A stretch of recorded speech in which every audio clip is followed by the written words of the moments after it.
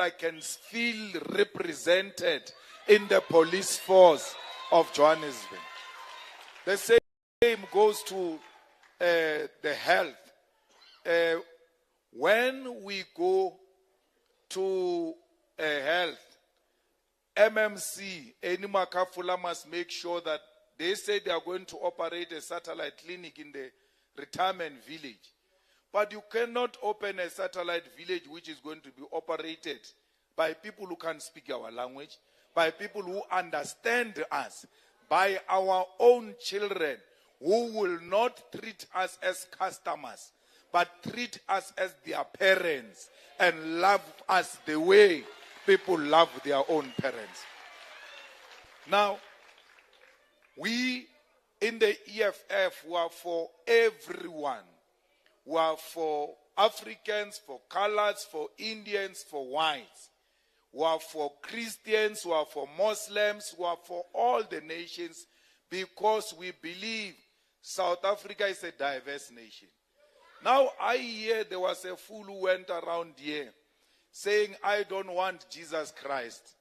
And I asked these guys, why do they say I don't want Jesus Christ? They say you said something some other day about Jesus Christ. I said, what is your response when they say you don't love Jesus Christ? They too don't have an answer. I said to them, you must answer them with one thing. When they say Julius Malema doesn't love Jesus Christ, you must tell them Julius Malema built a church of Christ in Sishiwu, where he comes from, in honor of his mother. There is a house of the Lord that I've built with my own hands. And I invited Zuma to go and open that church with me. And Zuma came along. Now, those who have a mind of a rat will not remember that I've built a church, not only one, but many churches. I've made a contribution to make sure that this religion of Christianity prosper as any other religion. So I don't have anything except that myself, I'm a Christian. My religion is Christianity. My church is the Sishiwu Baptist Church. I pay my services there every month so that my funeral can have a pastor. I don't want Mbuyiseni to be borrowed to come and make a prayer at my funeral. So we are for everyone as the EFF. We just don't want racists. We don't like drug lords. The drug lords here in El Dorado Park work with Begikele's police. They distribute drugs through the police vans, and they are protected by the police. We have established a special unit for the first time under Metro Police, under the EFF MMC, a special task force that goes around fighting dangerous criminals. It was here last night where we were fighting toe for toe against drug lords, where we went to liberate a lady who was kidnapped. 2 weeks, police could not find that person. Only the special task force of the Metro Police under the EFF found that lady here in El Dorado Park yesterday. And our MMC, who's the national leader of the EFF, was with the task force on the ground himself. Fighting crime is not a one-night stand, it's a permanent thing. We are going to fight criminals here in El Dorado Park, in Orange Farm, in Sebokeng, in Soweto, Mamelodi, and everywhere in Gauteng, because criminals have taken over our towns and our townships. We need to reclaim those places. We need to make sure that there is sports in El Dorado Park. There must be sports facilities. You can't say to children, don't go and do drugs, and you don't give them an alternative. Because children have got too much energy. that energy must be harnessed. It must be channeled somewhere. If you don't use it, they will go and use it in a wrong place. That's why they must go to school. After school, they must write homework. When they think they are done with the homework, they are at the sports field. When they are done at the sports field, back home, take a shower, sleep, prepare for school. So that energy, every time, we know where that energy is monitored and rightfully channeled. Not only that, we want your children to go and learn for free. Whether you are rich or not, whether you are white or not, the only thing that is going to liberate this country is education. Tate Mandela should not have given us RDP houses in 1994. He should have given us free education. We were going to build our own houses. Because when you look at educated people and you look at the percentage of unemployment amongst educated people is very low. Which means education and employment and empowerment are the same WhatsApp group. They go together. Poverty can be defeated by education. Drugs can be defeated by education. So why do you say people must pay for them to liberate their own future? You cannot buy education the same way you buy bread. There must be a difference between education and bread. Bread is a commodity. Education is a human right that is enshrined and protected by the Constitution of the Republic of South Africa. So we want education not only at secondary level, primary and early childhood development, even at the universities. Your children must earn a seat at the university not because you have money, but because their results look good. Just by their results, they must automatically be accepted at tertiary level. We are going to make sure that the children of El Dorado Park get employment. We must demand that every department in Gauteng must be a reflection of how Gauteng looks like. So when you go to a department, there must be a colored person. There must be an Indian person. There must be a white person. There must be African person. How South Africa looks like, that's how a place of employment must look like. For as long as this place of employment has got no colors, it's not a true reflection of South Africa. It's a distortion of South Africa. And therefore and we should not put a quota and say, no, in the whole department we have hired 10% colors is enough. There must be colors in the departments. If they qualify and they are South Africans, they've got a South African ID, let them go in without a quota. The same way we don't go in with quotas, we go in with our qualification. The same thing with Indians. It's very difficult now to find an Indian cop because they have all been wiped out of the system. That's why when people don't see you a lot, they're like, hey, you are so scarce like an Indian policeman. Because it's very difficult to find an Indian policeman. So we need every sector of society to be part of our society. Comrades, we don't want this. This thing of tenders is what is causing problem. You are a security guard, you've got your own certificate. I want a security guard as a government. I go hire a middleman called a businessman who knows nothing about security. He just registered CC. He's got a political connection.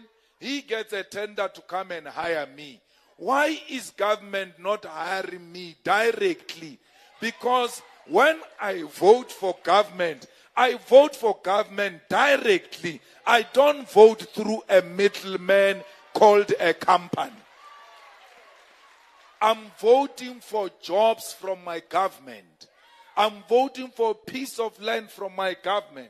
I'm voting to stop load shedding from my government. No one was between me and my government. I chose it myself directly. Let my government speak to me and hire me directly without a middleman. You know, here in Johannesburg, and the media loves that because it favors them. They say Mashaba insourced workers in Johannesburg. Mashaba was told by the EFF, because he was our mayor. We said to him, you are going to insource the security guards in Johannesburg. And he insourced the security guards in Johannesburg. Today he claims that it was him. I asked him one question. You were sent by the DA into that municipality. Where in the DA do you find a policy that says you must insource the security guards? It was not a DA policy that he was implementing. It was the EFF policy. Why? We made arrangements because we didn't have majority in the municipality of Johannesburg. It was give and take. We said to them, we are going to give you a mayor. In exchange, you are going to insource security guards in Johannesburg. And we did it to show it was not my Shaba's policy. We went to do it at Wits University. Through our own EFF student command, we said all cleaners, all security guards must be insourced and work for the university directly without a middleman called a company. Today, the workers at Wits University are insourced because of the EFF. The workers of Wits University now have benefits. As long as you are a cleaner at Wits University, your child is now entitled to go to Wits University without paying as benefits of being insourced by the EFF. So we have already implemented this policy.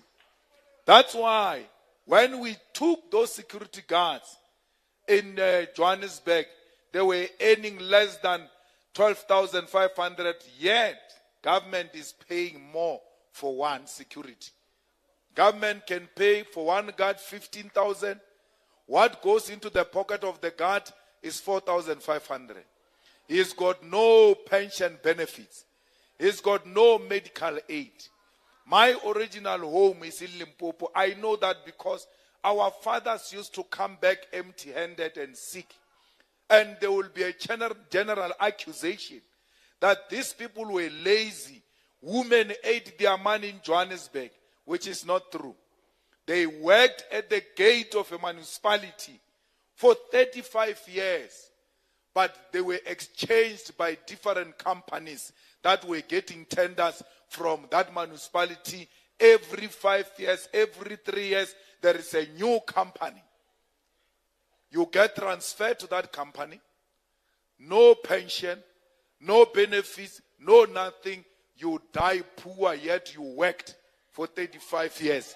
Now, with the EFF policy, they now get benefits. They've got pension, they've got medical aid, they've got leave days. Remember, in those companies of security guards, you don't even have leave days. Because if you go to leave, you are fired. You find a new person on your position. So we want all who work for government to be insourced and cleaners to be insourced, because a cleaner is a worker. The same way a lecturer at Wits is a worker. They are both workers at different levels. They must all get workers' benefits at their different level. And that's what the EFF is fighting for. We want to make sure that all of us have land. We don't want this thing of squatter camps and all of that. We want every piece of land to be formalized. You know, the EFF is the only brave organization. When we find a squatter camp, because our people just build. We reallocate them in the same township and tell them in the same squatter camp, this is going to be a public road. When you give yourselves land, don't stay the way the Boers were making you stay. It's now you who's allocating the land. Why do you occupy the land in a manner that doesn't reflect a human settlement? So we have taken a Department of Human Settlement in Ekurhuleni. You will see in Ekurhuleni, we are going to formalize informal settlement. And formalization of informal settlement does not only mean passing that in the council. It means immediately our MMC must go into the so-called squatter camp and start picking people properly, opening roads, identifying piece of land for place of worship, for shopping complex, for a clinic that will operate 24 hours, for school. We must not be like ANC that goes and find an empty land next to a mountain. No water, no electricity, no nothing. Build RDP houses there and take all of you from your suffering in El Dorado Park, but at least you had some water, some flushing toilet. Take you there and dump you in the bush and say, clap your hands for being turned into baboons by the ANC. Why do you take me? I'm saying to you, we want a house, we want roads, we want it. You take me away from where those things are. And then you go and dump me and say, I'm coming back to give you what? When? I want water now. The day I occupy that house is the day I must drink water. And to show that I'm liberated, that day I must bath nicely in my own house that has got a flushing toilet and a bathroom. It is not a house if it doesn't have a toilet. No shack is built with a toilet. So once you get into it and there is no toilet, you must know it's a glorified shack. It's not a house. What is a house? When we were marching in El Dorado Park and Soweto, we said, we don't want matchbox houses. We want houses. When we said we want houses, we're looking at those houses of poor white people which were built for them by apartheid government. We said we want something like that or even much better than that. We get worse than that and we clap hands. We have been zombified in the name of the struggle. We have been zombified in the name of Nelson Mandela. When you talk, they say, this is ANC of Mandela. Wait. But we voted for Mandela, we honored him. He passed on. Leave him to rest in peace and allow us to determine our own destination. So, we really are in trouble if we continue the way we are. Here in El Dorado Park, you just go and elect a councillor of a drug lords, of a drug organization, of gangsters. The president of that organization says in the debate yesterday, Comrade Carl, he was debating with Mzwanele Manyi. He says, the business of drugs, he thinks he's making a point, Dr. Ndlozi. The business of drugs has been taken over by Nigerians. I'm like, he wants us to take over the business of drugs. He doesn't say we must close down the drugs. His problem with the Nigerians is that they can no longer sell drugs as leaders of Patriotic Alliance. They want Nigerians to go so that they can sell the drugs. That's what he said. He said, go and watch that debate. He said, the business of drugs has been taken over by Nigerians. You know, when you say the business of selling on the pavements has been taken by Zimbabweans, because we want them to go, we want to sell ourselves vegetables, fruits, and survive. I can listen to that. But you are not going to mobilize me that I must fight another drug lord to replace that drug lord with you as a drug lord. We are not fighting the drug lords. We are fighting the drugs. The drugs must get out of South Africa. Once the drugs are out of South Africa, there won't be a drug lord. The problem is the drugs. The problem is crime. It's not who is committing crime. So we must never be mobilized under some wrong sentiments. Hey, these people are taking our jobs. I saw a lady there in the debate saying, these people are taking our jobs.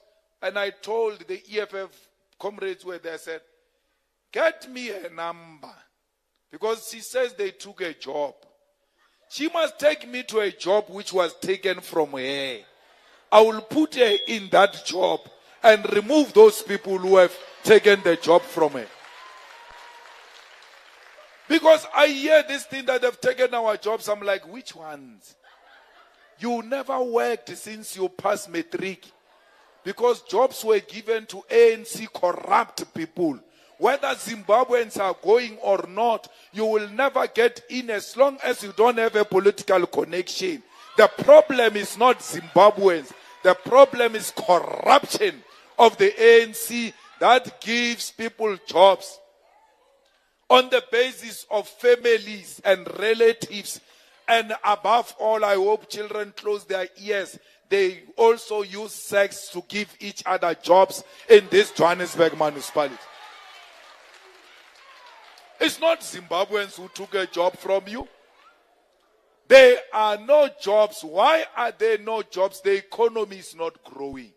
Because only a growing economy can produce jobs. So the economy is not stagnant because some Zimbabwean is holding a rope for the economy not to grow. The economy is not growing because white people who have money in South Africa are not reinvesting money in the economy.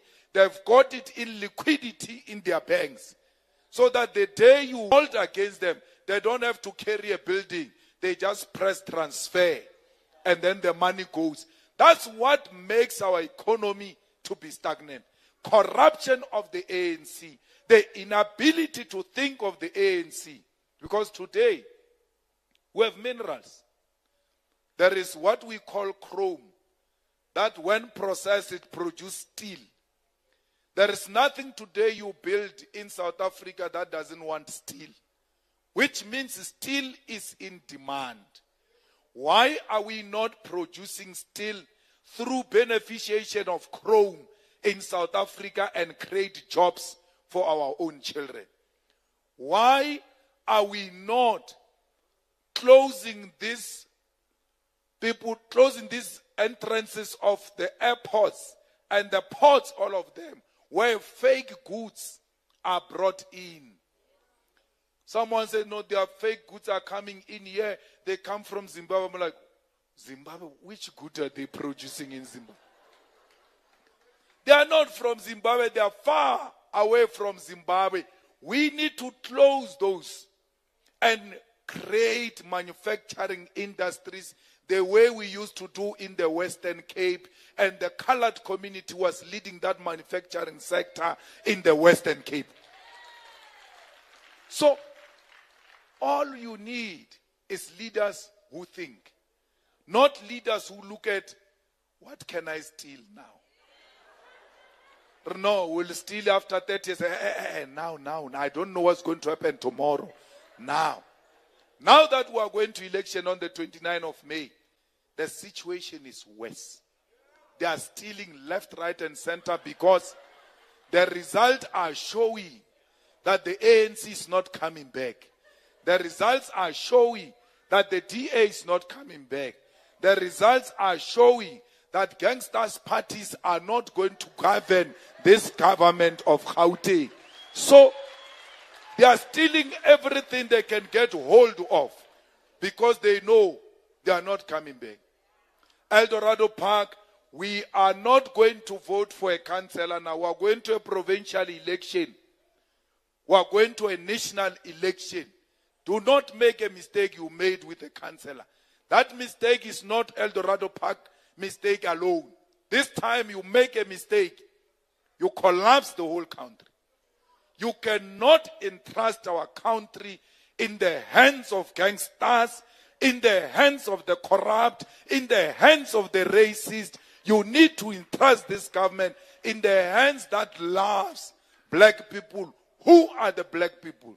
Colored Africans, Indians, who were oppressed. And this is the only organization that represents those people. Today, we are lucky and we are told by television we must celebrate that 22 days we didn't have load shedding. Let's call a party and say there's no load shedding. We are being made to celebrate stupid things. Even on the news, they write it there down. It keeps on passing. 22 days without load shedding. You know why they're saying? They suspended load shedding because of the elections. Because load shedding is man-made. To show that load shedding is man-made, during our Rugby World Cup, we love rugby, there was no load shedding. How can electricity know that there is a Rugby World Cup? Only a human being will know that there is a World Cup and the bosses want to watch. After they paraded the cup, the last day load shedding came. Boom. And it didn't just come, it went stage 6. Let me tell you, the suspended load shedding is going to come back on the 29th at 12 midnight when we counting the votes. Because you know these criminals, they are going to switch off the electricity and steal the votes. So they must find El Dorado Park ready. When they switch off load shedding, you switch on the torch. Hey, crook, we know you. So, load shedding is man-made. We can fix it. They say to us, do not use coal, it's polluting. After saying do not use coal, is polluting, they say to us, bring that coal here. They say don't use it. But go and look at how many trucks are lining up, going to Richards Bay in KZN, off to Germany, Britain, all of Europe, including China. They say to you, close this power station that gives you 1,000 megawatts. For what alternative? They don't have. We will never close any power station. If you want us to close any power station for a green energy, you must say to us, close 1,000 megawatts, shut it down. We are giving you 1,000 megawatts from wind, from gas and all of that. If you don't give us that, we have no reason to close. You must always have a base to build from. So our base in South Africa is coal. We support the mixed energy sources, but we cannot be made to suffer before we realize the resolution. Gradually, we are going to convert into an alternative. We say in the EFF, we believe one of the biggest contributors to, or one of the biggest consumers of electricity is heating. When you have electricity geyser, it's the one that consumes a lot of electricity. They are now solar geysers and gas geysers. As a bargain, why is government not saying in Gauteng, we are going to replace all your geysers. We will give you a gas geyser. You give us the electricity geyser. We go and destroy it. We have relieved the grid from a pressure. The second one is, why do we cook with electricity when there's gas stoves? And we are the ones who approve. We are the ones who approve plans. When I want to build a house here in El Dorado Park, I submit the plans to the municipality. Municipality must say, in these new plans, we want to see gas stove and gas geyser. Once we are removed from cooking and heating from electricity, we have relieved the grid of a significant portion of consumption. Those are immediate practical things that can be done. And who's going to swap these geysers? It's your children. We employ them. At the same time, we resolve two issues of electricity crisis and unemployment, because solutions are there. So I am here to say to you, this is my home. I belong to the colored community. They belong to me. We are one thing, and nothing can separate us. Your problems are my problems. When I fight corruption, when I fight stealing from our government, I'm thinking of you. I want your children to be liberated and be part of those communities that are prospering. I don't like this thing that every time we speak of drugs, you think of colored communities. We need to destroy that. When we speak of gangster, we think of colored communities. When we speak of unemployment, alcohol, colored communities. No. We need to fight all those social ills in the colored communities and restore your dignity. So, when we're preparing for this meeting, they say, you have to arrive at 2 o'clock at El Dorado Park. Why? They say at 6 is dangerous. It's dangerous. It will never be dangerous as long as my people are living there. It means I can also live amongst those people. Whatever danger they are confronting, let me experience it today.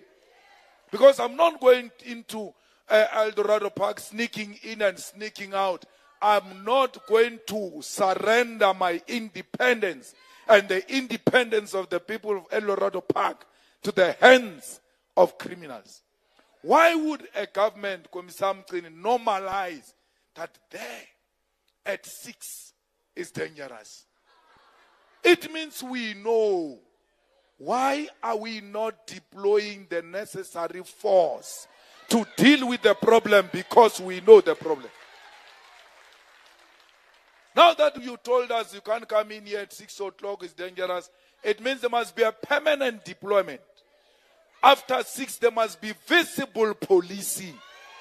And if the police of El Dorado Park are corrupt, get other police from outside to come and monitor the crime in El Dorado Park. So I'm confident that under the EFF government, we will be free. None of us come from prison for stealing from people and robbing people. None of us has got a history of being in a relationship with gangsters. None of us has got a relationship with drug lords. We joined the struggle at a young age. The choice is yours. If you want to elect drug lords or you want children who grew up in a struggle against the oppression of black people. I thank you.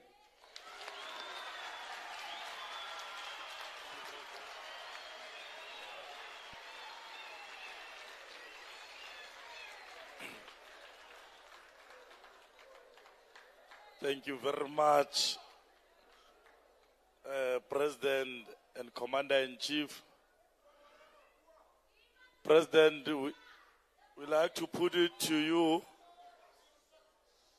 that the girl that was rescued last night is amongst us here. She came to attend this manifesto.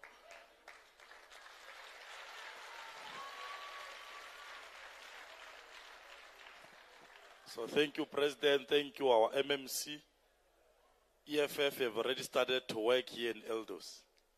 I'm now going to open up hands for those that are going to engage with the President and the Commander-in-Chief. about the message. You'll be number 1, Baba, number 2, number 3, number 4, number 5, number 6, number 7 there in the corner, number 8 there. Thank you very much. Can we have the roving mic? We start with our old man here in the front. Balen. Thank you. Right there, right there. Good day, Commander-in-Chief. Good day, Commander-in-Chief, Mr. Julius Malema, and everyone present here with you today. I've made some notes which I'm going to run through as fast as possible because there's quite a bit here. My name is Farouk Van Dorset, and But then hold for the old people. And I come from the old apartheid system where I saw my father, my mother, myself being beat up with box. So we know what this thing is all about. We grew up with this thing. 10 families using one toilet. We grew up with all these things. And Commander, I want to tell you that generally, our colored people had no respect for you, etc., because of certain utterances you made. However, I have been studying you, your speeches, your appearances for the past year. You have actually mellowed like fine brandy with age and experience.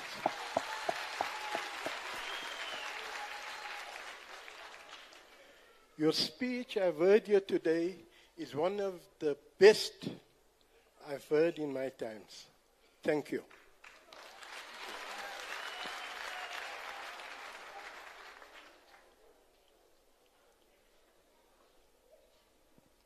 Commander-in-Chief, quite a number of us in our surrounding colored areas have formed an EFF group which we have subsequently joined through the help of Mr. Kalniaus.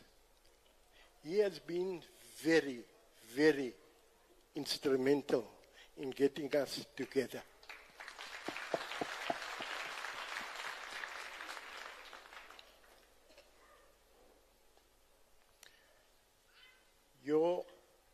Your rhetoric to the colored and Indian community and the black community is mouth-watering, to say the least. And we appreciate that, coming from you, Commander, to think where you come from and where you are at today. You are matured. Jy's nog geleidikie. Yeah. But you've matured. And also I want to rectify you on one mistake you made there. It's not the Indians or the least police we see, it's the Chinese. Yeah. Now, we are starting our campaign this week. We're doing the ground week. We're starting this weekend in 21 colored areas to make aware our colored and Indian people of who this great party is all about. Wow. You are a great party, and you guys have emerged at the time when we need you most. I want to tell you something about Zuma. He was our best past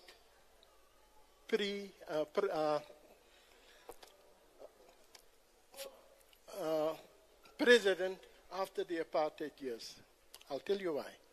Look what he brought to the table. He may have been stealing a lot. Yes, we all know that. But our colored people had work. Our Indian people had work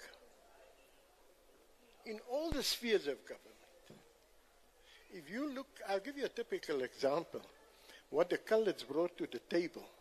The 1996 African Cup was won with 6 coloured players in the team. Yes. Am I right? Yes. And 2 were sitting on the bench. That's 8 all told. We were the best in trades, builders, cabinet makers, you name it. The colours were the best. We may have had more opportunities, yes, more opportunities than our black brothers. That is a fact, that is a given.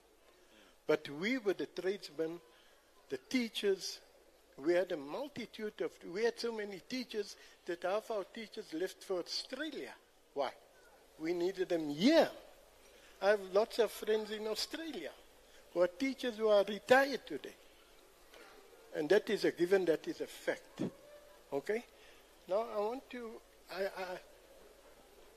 our people's problems, Yes. our people's problems are all very similar. Wherever you're going to go, our problems are identical or similar. I want to point out a few things.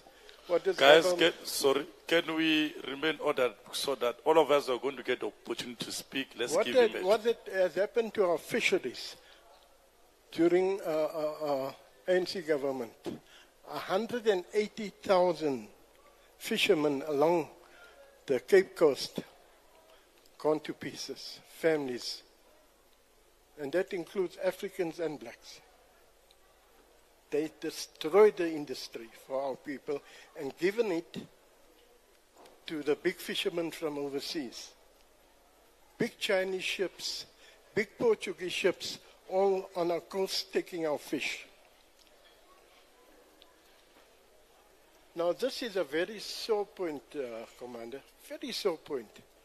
And I want to tell you that I am almost, you could say, Capetonian. My first wife was Capetonian, and I was in and out of Cape Town 3 or 4 times a year. Okay? Now, the selling of Cape Town is on the cards. And I truly believe that the ANC is in cahoots with the Democratic Party to sell Cape Town. There's a rumor, which I believe is true, that Steenhuisen has been given 500 million rands. This is a very ripe rumor by the American government. What for? And where is that money? Why doesn't SARS know about that money? Where is that money hidden? SARS wants their portion. Where is that money? And then, Commander-in-Chief, this is very important. This is one of the most important things I have to bring to your attention here. The only legacy a poor person will have is a home. The only legacy is a home. When that person dies and he says, I've got a home for my children which I'm leaving for you, what a pleasure to die. Thank you very much. Number 2. Then,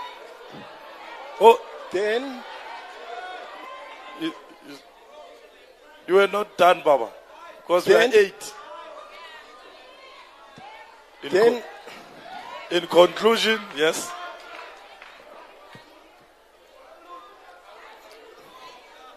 Let me help. Baba, we've heard.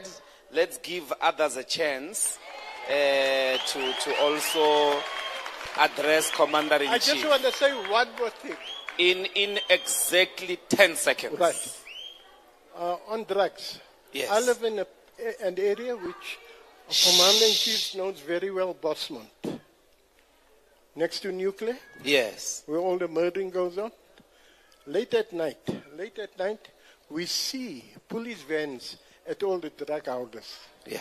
The police, let me tell you something, they are the mafia. Thank you. The police are indeed the mafia. I'm going to request that we become considerate and give as many people to reply to the president as possible. So let's go to number 2. Yes, Mama? And you are free to praat Afrikaans. Julle moet Afrikaans praat if you feel so. We will hear. Good day. My name is Avril Morris. I'm a mother, I'm a grandmother, and I'm a great-grandmother. My problem is our education system in El Dorado Park. Secondly, our drugs. You know, I've got 5 grandchildren, boys. I've got 13 grandchildren. I've got 5 boys. I heard the chief said there must be playgrounds, there must be this and that. I don't want my grandchildren to go out. I'm afraid to let my granddaughters go to a shop. Our education system is so poor. I'm staying in Extension 9. My grandson must go to a school in Klipspruit, which he hates. He comes home every day. You talk to the Mr. Kelly and Mr. I don't know who. You are nothing, because who are you to ask us about placements in our schools? Thirdly, I've got a house. My husband passed away 2 years ago. I must go and pay a pensioner 2,100. I've got grandchildren that's with me. I must pay a lawyer 20,000 or more to put the house on my name. It's my house now. Where am I going to get the money to get the house on my name? If something happens to me, my children must suffer. I've suffered enough. I'm born and bred in Kliptown. There's my granny's house still standing. I must still come and suffer. Where am I going to get the money? I thank you, Chief. Thank you, Mama. Councillors of the EFF, let us take details for the cases that are being spoken about. I don't see that GPS happening. Yes, number 3. Good afternoon. I'm actually not from here. I'm from Krugersdorp. But I heard that the CIC is coming on this side. We've got a problem in Mogale City, CIC. My family stayed in the plot since 1955. And in 2014, my mother also worked in the plot. In 2014, we saw the white people coming in the plot. They called us kaffers. They called my mother from Mantage kaffer maid. And one of them said he's going to kill my mother. The other one said he's going to make my mother disappear. And the other one said he's going to do a forceful removal. On the 10th of October last year, our house was demolished illegally. Please come and intervene in Mogale City, because there's so much corruption there. We were taken out of the land illegally, and we stayed there since 1955. Thank you. Yes, number 4. Revolutionary greetings, Commander-in-Chief. Yes, sir. And all the panel. Shh. So I'd like just to make a statement and a question. So the statement that I want to make, I want to share your sentiments in saying we cannot at this point in time refer to human beings through the color of their skin.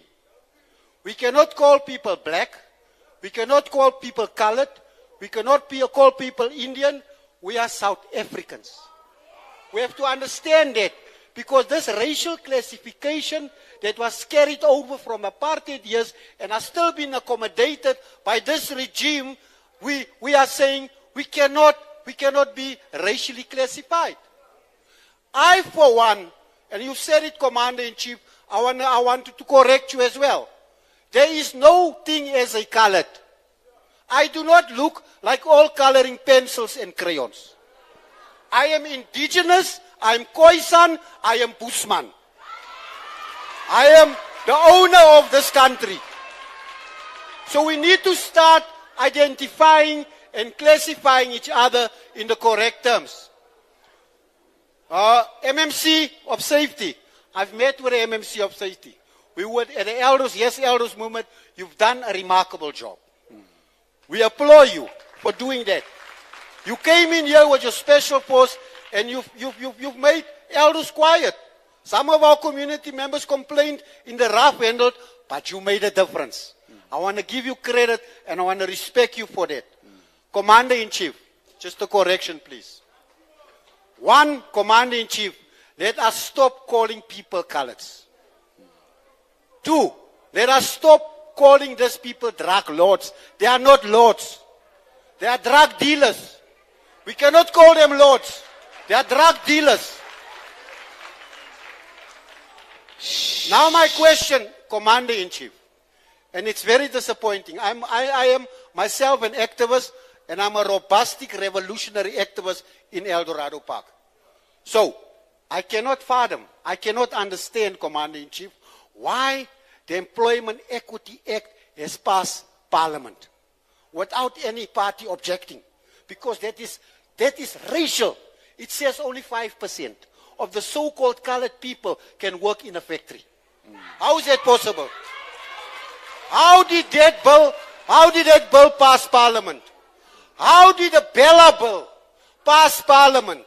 The Bella Bill that violates the parents' rights over here.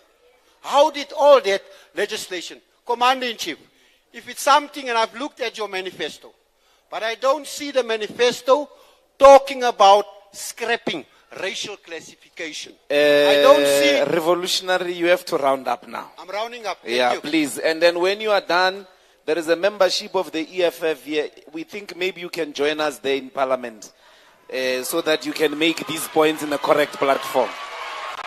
Because this thing of coming here and saying you are a revolutionary but you don't have membership.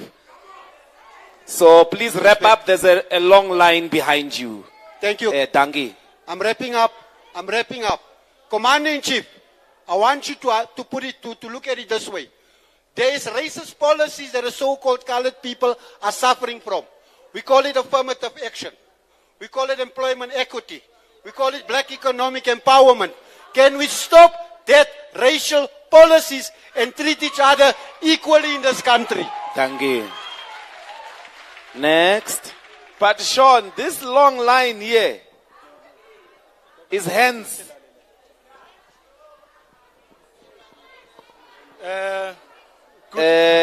No, Sean, we're not Balin. We're coming here. We're coming there. Let's take Uom here. He has been standing for too long. Baleni, Uom here. Sorry, we're coming, Bra Miles. Yes. Can I talk? So 2 minutes, 1 minute each, straight to the point, please. Hello. I'm Andrew Duplessis. I stay with the village, Extension 3. And the chairman there. Dangi. And there's a problem there with the village. There's no lights. The grass is not cut. And the house is broken. What do you call it? All of ja, ik maak die maintenance dan. Help die maintenance doen dan. Voor die oude mensen dan. En baie keer help ik hem met alles daar zo wat gebeurt. Maar ik kan niet te veel om te zeggen, nie, maar dat kort tijdjes al. Ja, niemand doet dit niet. Het is net ik wat het doen daar zo. En ik help die oude mensen en fans de laatste strand te breken een plek in daar. Dat wordt die fans gesprongen. Voor die muur. En op die Golden Highway, die 12 Golden Highway, springen hulle oor daar. Ingebreek daar zo. En ik heb niet veel om te zeggen. Dank u. Ons verstaan ons voor, ja. Dank u. Baleni, go back to Miles.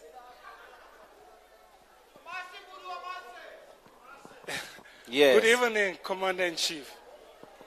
Yes, the reason why I'm here, I have relocated from the countryside where I was born on the lakeside, 90 kilometers from here. I've been here for 34 long, drawn-out years. It is in the belly of the beast where only the strong survive.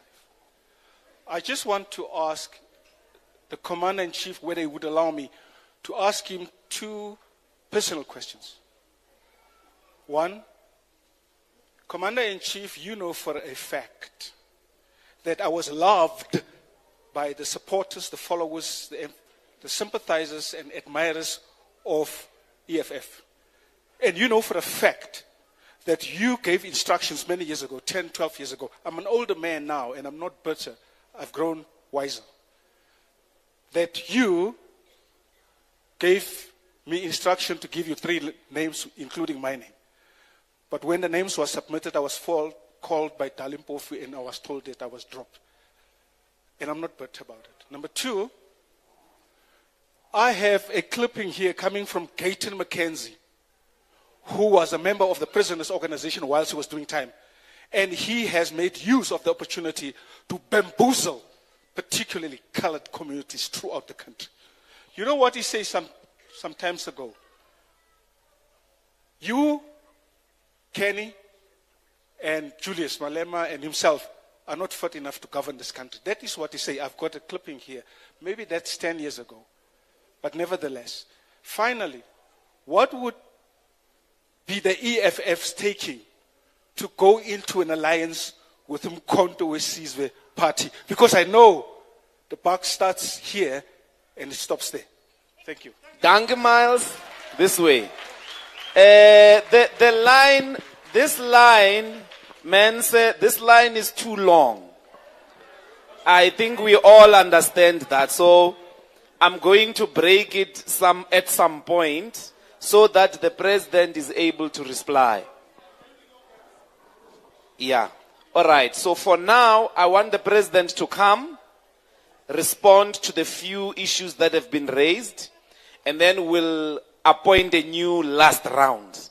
So I plead, let us go sit all of us down. The president must come and reply, and then we will get a new round, which will be the last round. Because we must appoint from the stage. Yeah, we'll appoint another 6 hands. President Julius Malema.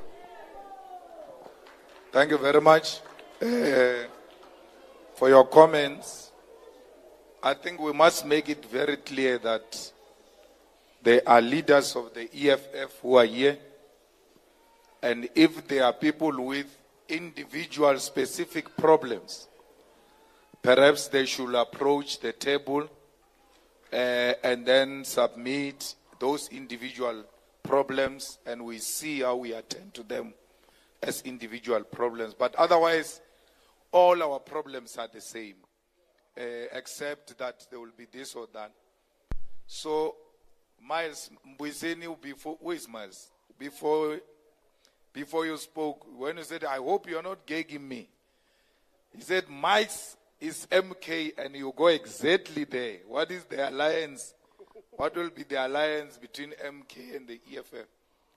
We absolutely have no problem with President Zuma doing what he's doing. He's got a political right to do that. And we're not far apart with MK when it comes to policies. We speak land, we speak empowerment of our people, we speak the restoration of the economy into the hands of the rightful owners. And that President Zuma, before he went to launch the party on the 16th of December, I would have met him around the 11th or 12th of December, where we spoke about these matters. And he explained to me what is his movement forward. So we agreed to meet after the elections and see how the two organizations can carry each other forward, because the unity of purpose is very important. I didn't know that Dalimpofu removed you from the list, so we'll talk about it, I think. And I don't know why he gets removed from the list. I don't know, because he had access to me directly. 10 years ago, we were together even before the formation of the EFF. He has always supported us and always been there for us. I really don't want to get in the comments of Gayton McKenzie, because I don't think he's a politician. He doesn't want to be a politician. He's in a transaction. So when they negotiate coalition in municipalities, they say we should make 200 million this year. So They are about money and making money and money schemes and all of that. So they are really not interested in politics. If we are to ask, what is the manifesto of the PA? Except that we saw the president jumping on the stage.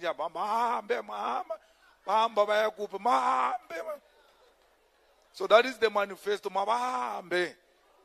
So we cannot talk to people who are not politicians. We had this issue of the lights, the grass, and the house breakings and service delivery from UOM. Those are specific issues in specific area. We shouldn't have a difficulty, even if we are not MMCs of parks, and to tell the municipality there are these grass that are a security threat and the lights, and so we'll take up that issue. Equality Act, we fully agree with you. We must be called a human race and not be called as races. And we believe that ourselves were together as one, because only a unity of ourselves will tell this other race that we are not against them. We never labeled ourselves black. We were labeled black by them because they wanted to distinguish themselves from us. So they classified us the way they did, and after they did that, they realized it's not enough. They came classified us amongst ourselves. So what you are teaching, really, me and you are well together. And Mbuyiseni said, come there, let's fight that bill which classifies our people and create unnecessary percentages amongst ourselves. It can be, I said that earlier. Fully agree. They are not lords, they are drug dealers. And they must be called by their rightful name. You know, the Morale City demolition of the house, I know it, I've been following it, but I thought the EFF was intervening in that area because there were white people who went there, found a black community, demolished their houses, threatened them, males even threatening to beat up females on the video. And the subsequent, I don't know if Philip went, I think, in Morale City. Our deputy chairperson went there, but I accept the invitation to come and really interact directly with the situation so that we know what's happening. Mama, I know you raised a personal problem of paying transfer for elderly people, transfer costs, but it's not only for you. When you are speaking there, I'm like, she's correct. These people are called pensioners. When it comes to electricity and water, there is what we call indigent policy. When they go this way, they are pensioners, there is this. But when their husbands die, they cease to be pensioners. They must pay the same amount of money that I pay, which is incorrect. So, you see, we are opening each other up as we are interacting in these meetings. I live here much more clever, knowing that there should be characterization of pensioners and some dispensation should be given to pensioners, especially if it's a transfer of a pensioner to pensioner, because they cannot afford, 20,000, when are you going to save it? By the time you arrive there, you are no longer there, the house is a crisis. But please, MMC of Health and Public Safety, you need to take your contacts, and that's a specific case. We will follow it up. And myself and Mbuyiseni, we now have a duty to go and workshop the idea of transfer costs for elderly people. I agree with you, Mama. You have all the reasons to be scared for your children to go outside. And when I say to you, we're going to build sports, and that is under the EFF government. You are going to chase them yourself from the house and say, go to Malema Parks there, yes, build you parks. That's how much it will be safe under the EFF. Now I fully agree with you. We are in a deep crisis. The girl child cannot go and study with a friend at night. After washing dishes and all of that, there's a bit of time between 7 and 9. Can I go and catch up with my friend? If she goes, we're not sure if she will come back. So, and as a result, our children are not performing well in school. And they are called danda heads, they are this, they are that. They can't go to a library. They can't go study with their friends. They can't do group studies at school. It's not safe. So we are going to fight crime and make sure that South Africa becomes safe, especially for a girl child. Because the girl child is a target of these criminals. The Special Task Force in Metropolis is exactly to combat the corruption of SAPS. Because, you know, Metropolis arrest people with all kind of evidence. We have to now give them over by laws to SAPS. The following day, those people are taken back to the streets by SAPS, even when the Special Task Force has done a beautiful job. We went to liberate a lady yesterday. She's here. When the secretary was saying she's here, I told them they must not tell her to stand up. The perpetrators of that crime, if they get arrested by Metro Police with all evidence, the SAPS releases them. Because SAPS can't take it when the shine is taken by Metro Police. So that's why we must elect the EFF government nationally so that SAPS is under correct police and those police work with the Metro Police. The common enemy is criminals and not competition amongst us. Very good point, Uncle, about the fishing industry in the Western Cape. They destroyed it. And they've given it to multinational companies. And even small-scale fishing, they don't allow it. They say you must apply for a license. When you apply for a license, it becomes a complicated process. As a result, you see big shipments coming out of your sea, yet you don't even own a percentage. It shouldn't be difficult to do fishing. We must give our people the equipment to do fishing and revive the fishing industry in the Western Cape and everywhere else. Then we're not chasing away the multinational companies. They must buy from our people. They cannot come and fish. We must fish and sell to them. Then in that way we create a big economy for our people. I accept and really I'm humbled by what you said about me and my speech and my time in politics, how I evolved over a period of time. I respectfully accept that. And it really melted my heart that an elderly person who has been watching my journey says today that you are a better person like you were yesterday. Because we must never be the same we were yesterday. And when it comes to from an uncle, an old person, you know it is genuine because he's not buying my face. He doesn't want anything from me. He has played his role in life. His role now is to be the way he was. Be honest, share experiences with us, share ideas with us on how we can become a better future. Because we are the future. They are not the future. They can only advise us. And we decide what we want to do. I know that you were beaten up. You were violated in the same manner as the people of Palestine. What you see in Palestine is is what has played in our eyes as children, where our mothers were beaten, where our fathers were forcefully removed, where our land just got occupied.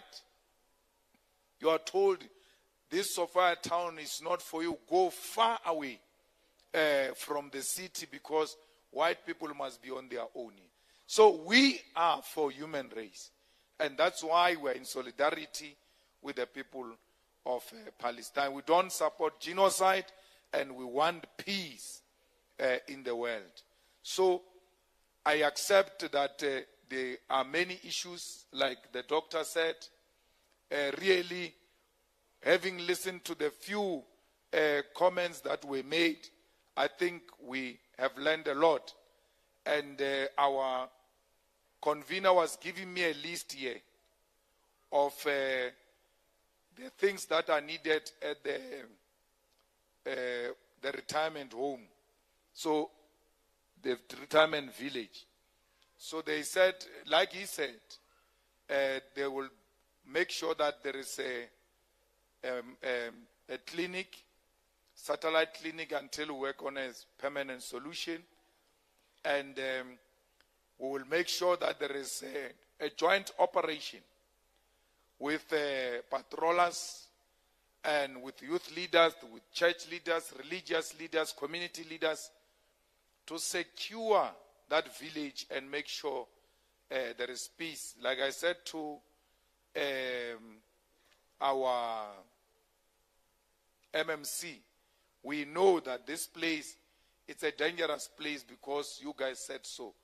Now that you know what time the crime starts, we need to make sure that when they start, we start. We report to duty together at the same time. Now, at the El Dorado old age home village, they say there are geysers that needs to be fixed. So we'll do so in 8 homes of elderly people. There are geysers that are going to be fixed, and we'll make sure that, I was looking at the kind of amount of money you pay for rent and all of that. We should be able maybe to relieve you from that for the next 5 years and looked after it. So we must not just come to this meeting and leave. From here, MMCs tomorrow. And did not just disappear. It went to stage 6. And that's what we are going to experience on the 29th of May.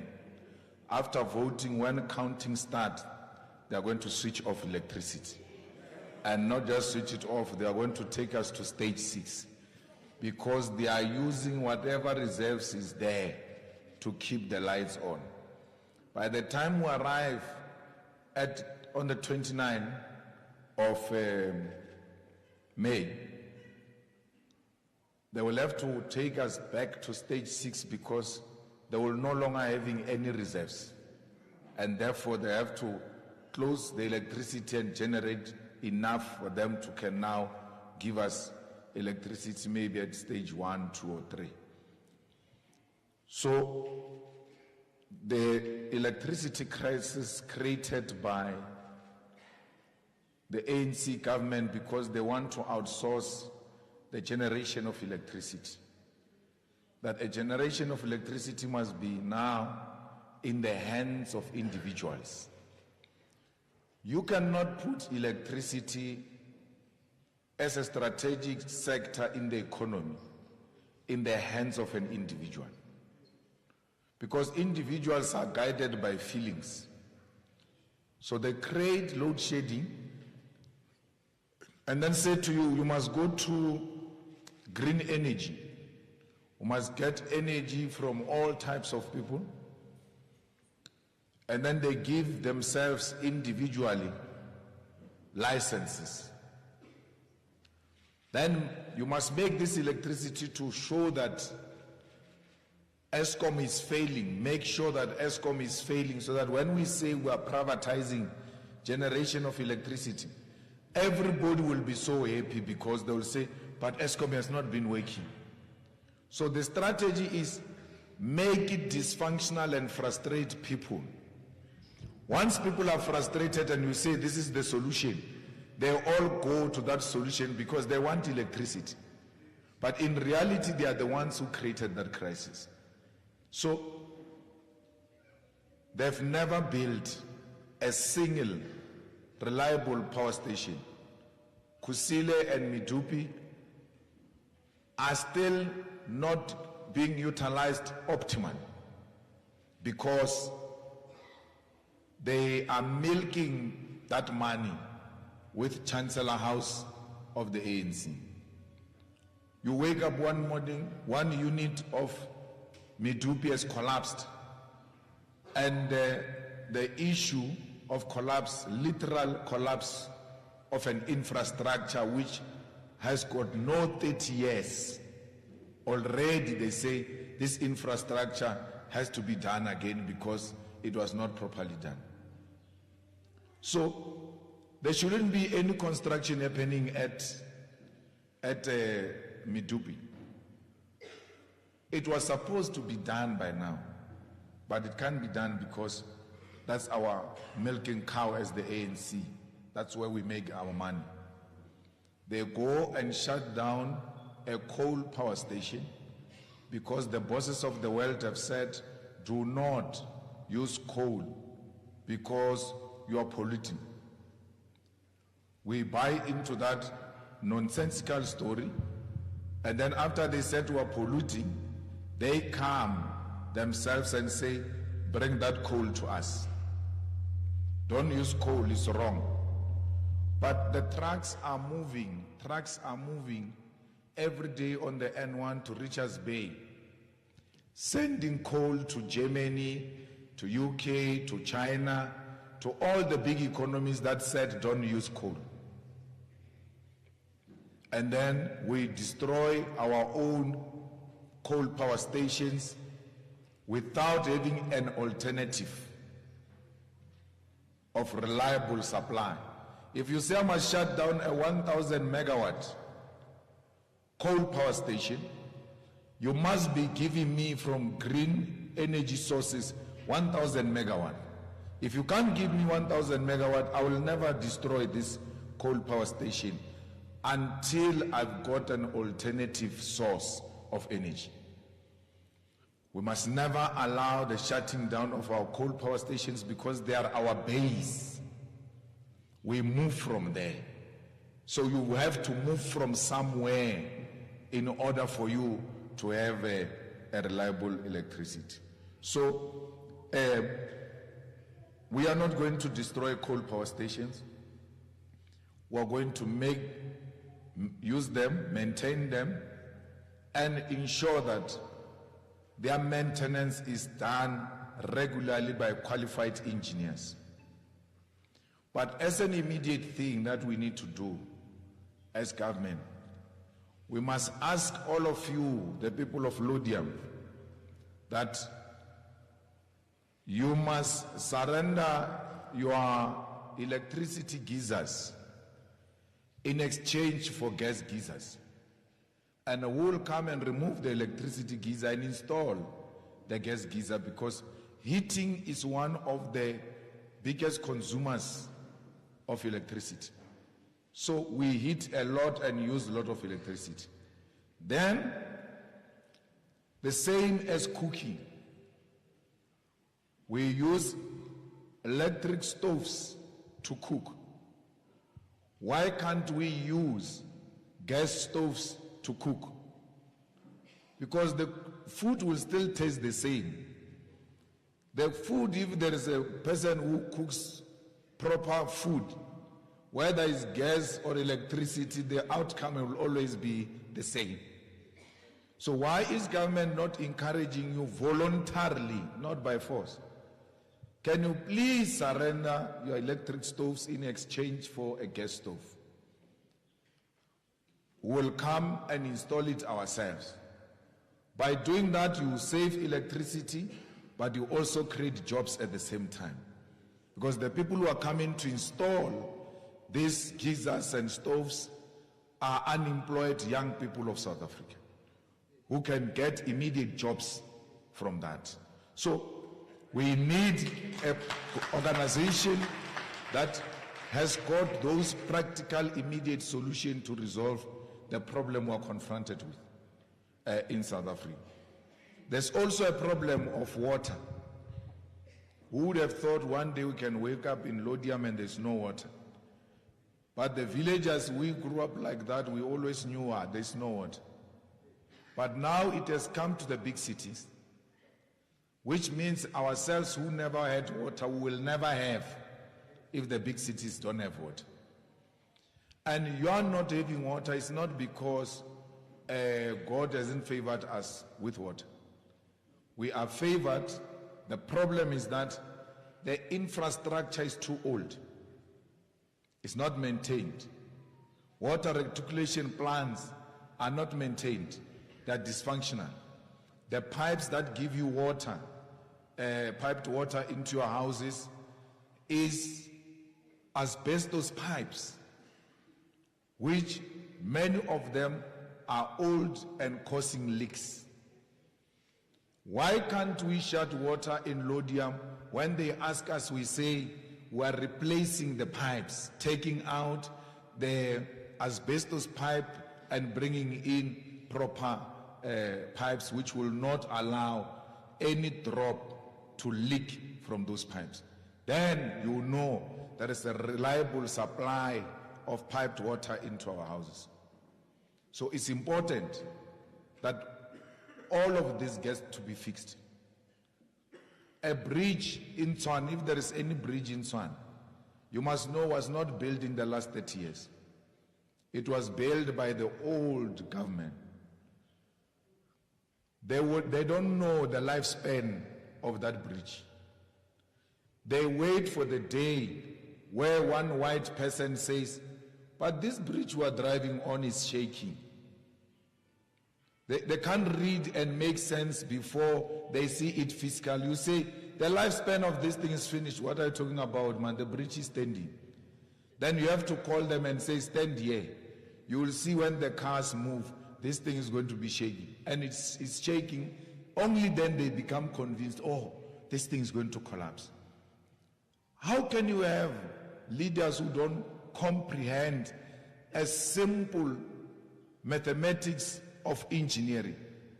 That this was completed this year, the lifespan is this much, it has reached its lifespan. Therefore, we don't have to remove it. We have to now start reinforcing it with the new development and technology which will make this thing to stand. It took forever. I don't know what they were waiting for. In Johannesburg, one of the bridges was collapsing and literally shaking. Only then did the ANC go and fix that bridge. So we can't work like that.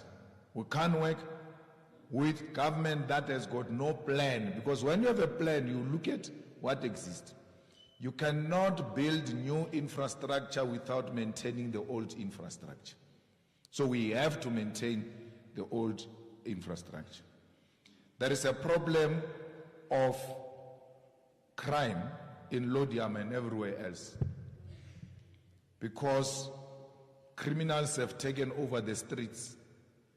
Young women can't go to library on their own. Young women can't go and study as a group because someone is standing there by the corner waiting to attack them. So we need to fight crime. And criminals don't hear. They don't use the ear to hear. They use the skin to hear. So we cannot allow criminals to terrorize law enforcement. Because if police are not protected, they can't protect us. So we need to allow the police to deal decisively with anyone who takes out a gun and point that gun at a law enforcement officer. Once you point a gun at a law enforcement officer, you must know that you have made yourself an appointment with your maker. That's what you have asked for, and that's what is going to happen. So, we have reached a point where we need to respond fire with fire. Because these people of cash in transit haste, the housebreakers, the kidnappers, they're extremely violent. And they will never hear you if you don't use the language they understand. If you look at the murder rate in South Africa, we have not even come anywhere close to Ukraine where there is war. Murder rate is like we are in a war. If stats gets released, you'll say, oh, it means there is a war going on, like in Sudan. Can't you know there is no war? The criminals have declared war on people who have nothing to do with them. Today, the law-abiding citizens are scared, and those who don't abide by the law are not scared. Those who abide by the law have built high walls in fear of criminals. The criminals have got not even a fence because they are not scared, they are in charge. It has to be the other way around. Those who are not law-abiding must be very scared and live in fear, knowing that if police get us, we're in trouble. And those who abide by their law, they must demolish the high walls and appreciate the beauty of their gardens. Because that's what we want you to do. There's no need for a person, a business person, Indian business person, to be guarded by so many bodyguards, because his life is under threat. There's a syndicate that looks like it's just targeting Indians, especially Indian people who are in business. Kidnap them and start demanding ransom of 10 million, 15 million. Where are these people going to get this money? So we need to make it very clear that if you kidnap a person and we are coming to fetch that person and we know where that person is, you must know that you are in danger, because we can't allow that. Those who rape women, we must catch them, send them to jail.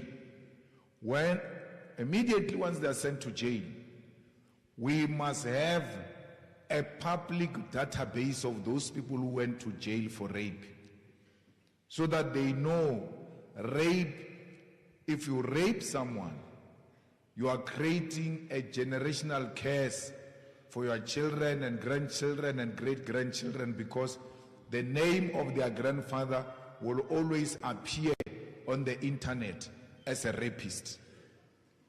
Because people rape, after raping they get released from jail, then they go and become teachers of primary schools and they teach kids, young girls. A rapist is teaching young girls because no one knows. They get released from here, Hoshimampuru, then they leave to Northern Cape. When they arrive there, no one knows them. Then they are given a job to become a teacher of young girls. And he doesn't see them as young girls because he's a pervert. He sees them as sex objects that can be used. But once you put these names on a database, be rest assured, everyone who says Julius Malema, you just go and punch the name Julius Malema, it pops out, rapist. And then that's it. You can't get employment, because when you rape, you are committing murder. You must ask the survivors of rape. They tell you that after he raped me, something inside me died. And I will never recover from that. So, rape is an equivalent of murder and must be punished. The same as GBV. Where does a man get the knowledge, the power, and all of that to beat up defenseless people? Even if a woman hits you with a clap, when you turn and ask her, what are you doing? She's already shrinking in fear. She becomes small. So why do you beat her up after you saw that she herself realized she made a terrible mistake? No, what do you do? When she goes like that, you kick her when she's down.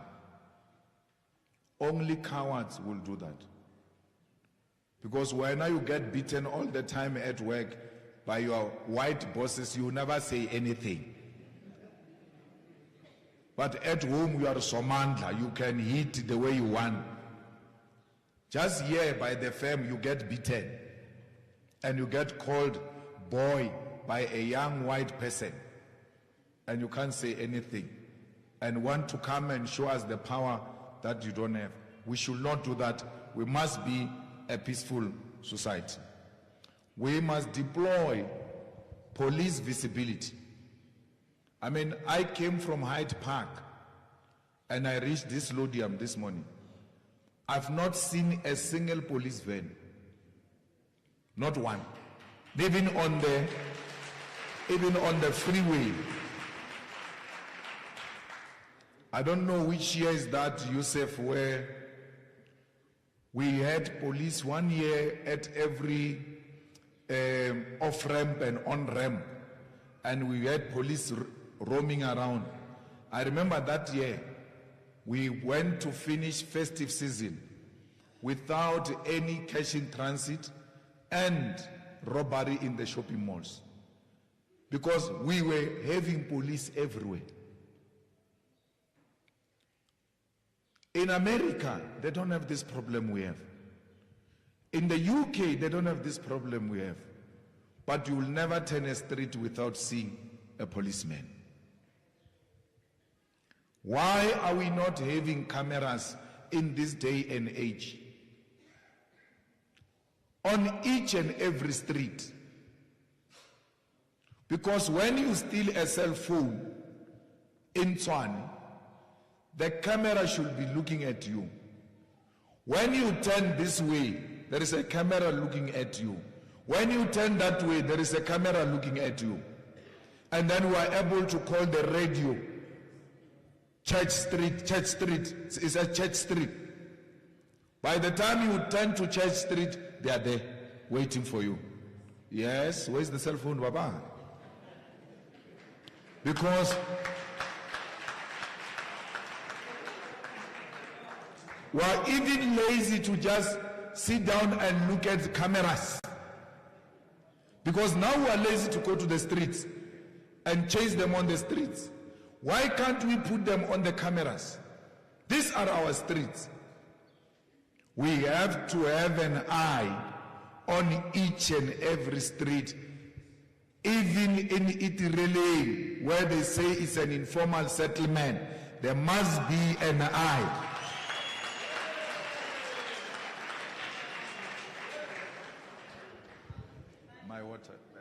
So, in the suburbs,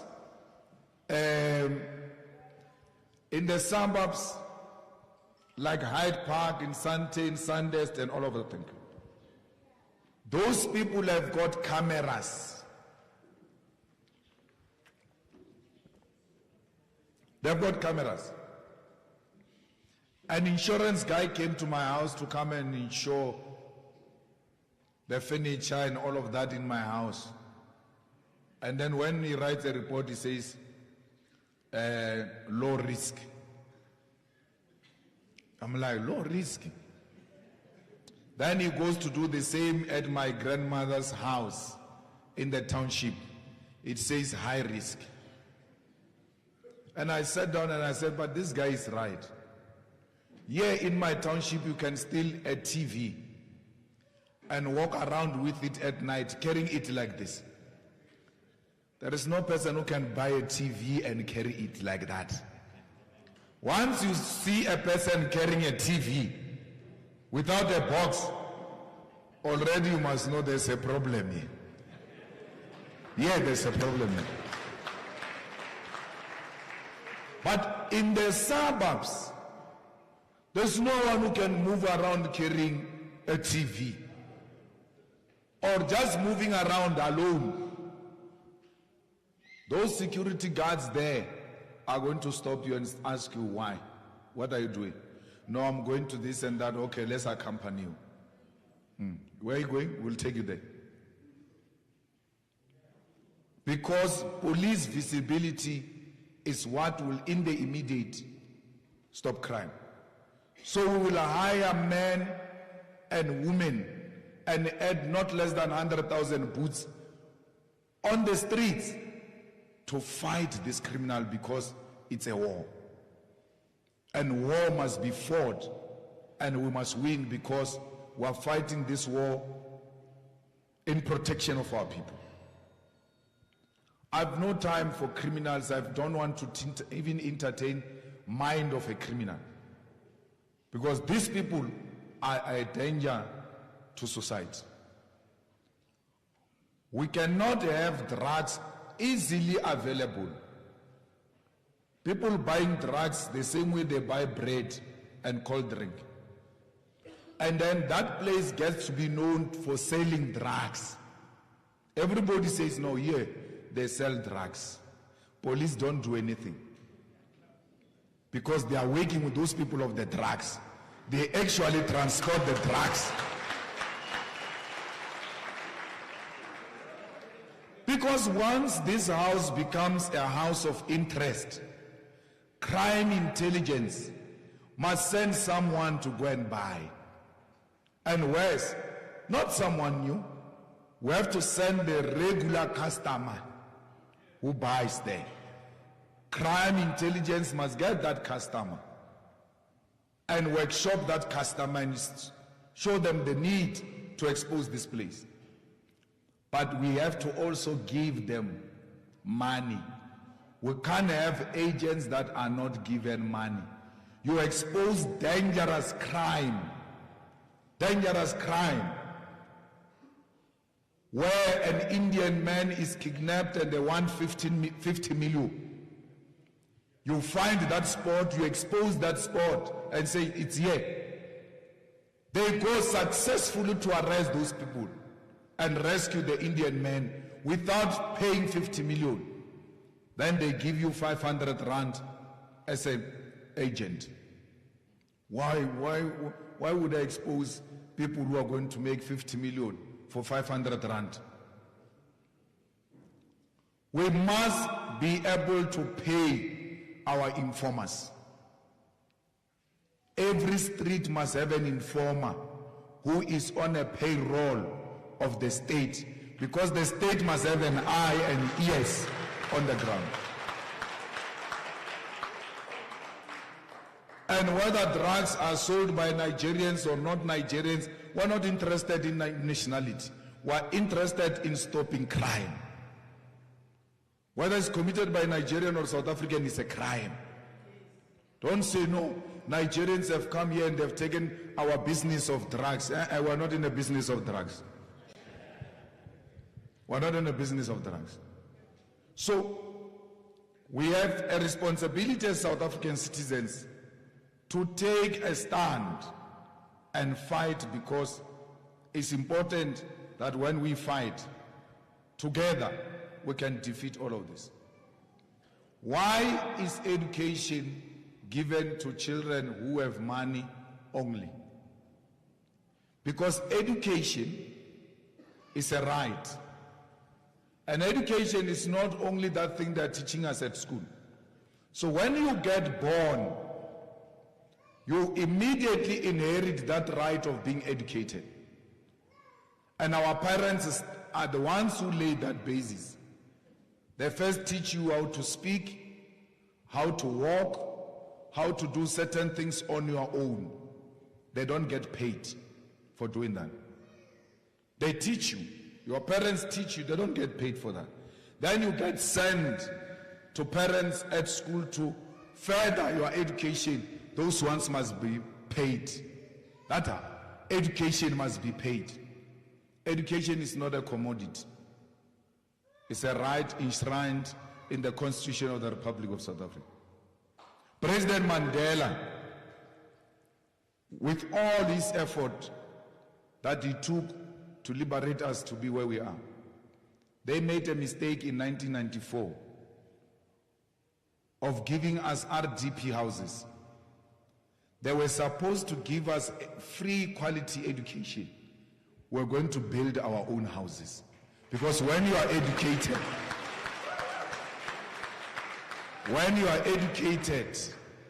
check the stats amongst unemployed graduates is very low. Why? Employment and graduates go together. And those who graduate and can't find job and can't give them jobs, we have to give them graduate grant, because going to school must pay. How do I go to school for so many years? I come back home with a degree, with honors, and then I'm given 350. The same amount of money with my brother who hasn't gone to school.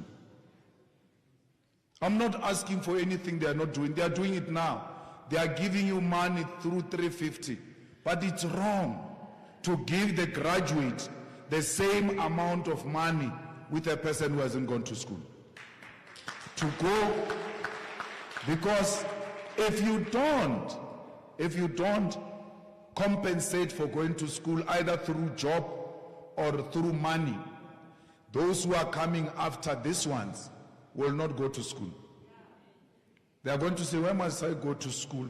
Because you went to school, you've got a degree. But my uncle here has got no matric, but you are both getting 350. So whether you go to school or you don't go to school, the amount is the same. So rather not go to school and get the same amount of money. So that way we are encouraging people to go to school. That way we make education fashionable. And then we stop this thing called NSFAS. Because NSFAS that pays for the children who are poor, it's a money-making scheme for Blade Nzimande and the Communist Party. They steal money of NSFAS. Comrades, each, when he pays school for his children at Medunsa, he doesn't pay NSFAS to pay Medunsa. He pays Medunsa directly. So why is government paying NSFAS to pay Medunsa? Why is government not paying directly into Medunsa without NSFAS? Because we know how many children are there. University is a state-owned institution. It's ours. Like Department of Health. When a budget is passed and allocated to the Department of Health, they don't give some agent to go and give the Department of Health. They take money from Treasury straight into the Department of Health. So why are they not treating these universities as part of their department? Take money directly from the Treasury and send it to the university. These are our universities. And in this university, I'm paying for 10 children. And each child cost me 100 rand. Then I know I have to give that university 1,000 because I've got 10 kids. The government has to know how many kids it wants to pay for in that university and pay directly, because NSFAS is corrupt. It's corrupt to the core, and they removed a service provider and then brought through the back door in a name, in a different name. But the aim is to steal. Now they realize this new service provider is exposed. They say, no, we are putting NSFAS under administration. Because now, once they say they put it under administration, Blade can appoint his men and put him there and say it's an administrator for the purpose of stealing money for this election. When we collapsed the ANC in 2016 and gave this power to DA, it was not because there was anything ideological between us and DA. It was because we were convinced that the ANC without resources is a weak ANC. Because they no longer have anything to say. They no longer have anyone to put as a face. That's why they compromise for a compromised person as a president. The only thing that makes them succeed is because they control the public purse. So we said, take the keys from the Tshwane safe, from the ANC, you will see what's going to happen. We are left with 39 days to elections. There are no ANC posters in Lodiam. Why? Where they are used to stealing money and financing their campaign, we've locked it. The key is no longer with the ANC. Bella, they will be harassing us with t-shirts now. When you try to speak, here's the t-shirt, keep quiet. When you try to speak, go, food parcel. They can't do that now because in all the metros, they are not in control of the purse. And that's why they are so humbled today. We need to take the purse of South Africa from them and put it under Floyd Shivambu. When I say we must put Floyd Shivambu, Minister of Finance, they say, no, you want to steal the money. And I say, no, but we are ministers of finance in Ekurhuleni municipality. We never stole a cent. It's now more than a year controlling the finances of Ekurhuleni. He's an MMC of public safety responsible for Metro Police in Johannesburg. He has never been accused of stealing a cent. No single MMC of the EFF has ever been accused of stealing a cent. Because in the EFF, we believe very strongly that every little cent, if properly used, can have an impact. We need to maximize on the little resources we have. There's no one in the ANC now who's got the brain of Floyd Shivambu when it comes to economy of South Africa, the continent and the world, and the finances of South Africa.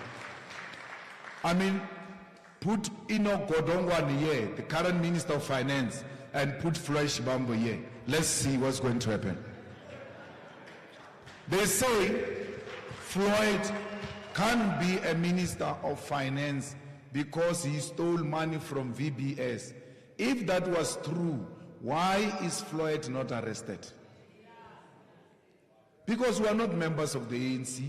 We are not powerful people. We are just mere opposition with 44 members of parliament. Why would we steal and the ANC doesn't deal with us decisively? Because we are the only organization that gives the ANC a hard time. Everyone else is playful. These are the people who are troubling you. These are the people that are likely to remove you from power. These are the people who are contesting your constituency. Boom, information comes and they say they stole. When you look at that information, you're like, yes, we've been looking for them. And then you don't arrest them. What do? You just go around lying to people that no, they stole VBS money.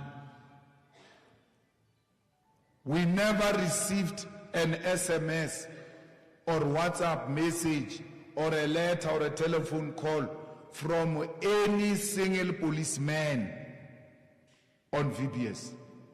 Yet people are standing trial. There is a white man who was a CFO who's now serving jail term, who turned a state witness. And when he was turning a state witness on VBS, he has never mentioned Malema or Shivambu. No one has ever mentioned Malema and Shivambu. What they did, they went into their corners and concocted this dark cloud because they can't falter us politically. They create some imagination and then spread it across. So they know that Floyd Shivambu is going to be a friendly force to SMMEs. They know Floyd Shivambu is going to be a person who's going to put heavy taxes on those who engage in illicit financial flows and tax avoidance. Because we need every cent through revenue if we are to achieve these objectives. But people are engaged in illicit financial flows, and government knows that and is doing nothing about it. Why should an SMME pay the same amount of percentage when it comes to taxes, the same amount of percentage when it comes to taxes compared to the big company? This is a small company that is still trying to emerge. Why can't there be tax incentives for these small companies that are emerging? And then when they cross the Rubicon to the other side, then we can start charging them normal corporate tax. Why can't we charge the rich the wealth tax? Wealth tax, because there must be a way for you to share with the poor. Because if you don't do that, one day the people of Itireling are going to come here at Lodium in a revolt manner, and there's nothing we can do about it. They are suffering and poverty. One day is going to push them to engage in anarchy, the highest form of disorder. What happened at July unrest, during the arrest of President Zuma, will be a Mickey Mouse when that day comes. We need to stop that day by empowering the poor of the poor. You know, in South Africa, there are so many people who live in poverty. And not just poverty, extreme poverty. In South Africa, we've got 18.2 million who live in extreme poverty. You know what extreme poverty means? This person will not spend 42 rand per day. There are people who go the whole day having spent 42 rand because they don't have it. And that is 18.2 million South Africans who live in extreme poverty. 18.8 million receive grants. 18.8 million, which means 31% of the South African population receive grants. And those who receive grants live in extreme poverty. We cannot be a normal society. And those who come after them, shame. Those who are a little bit better compared to those who live in extreme poverty, none of them spends more than 70 rand per day. Those who live better than the ones who live in extreme poverty can spend 70 rand per day. So, which means that 62.7% of our people, those in extreme poverty and those who are a little bit better, constitute 62.7% of the South African population. Those who can spend less than 70 rand per day constitute 62.7% in South Africa. So we are, in the whole world, we are the most unequal society in the whole world. And this is not sustainable, because when the poor rise, they will have nothing to lose. Because they are suffering, they are in pain. So we want the community of Lodiam to take the community of Atteridgeville, of Itireling, and everywhere else, identify young people with potential in those communities. Don't employ them to be shopkeepers. Train them to be reasonable, sound businessmen and women so that they can be like you. Let each family in Lodiam adopt one child in one family and teach this child business. Because you are known for business. You are doing well. You are known for being people who are active when it comes to business. You've got skills that you can share with us. Because yourself and us are the same. That's why we were pushed away from town and were put here. And then we were just put across you.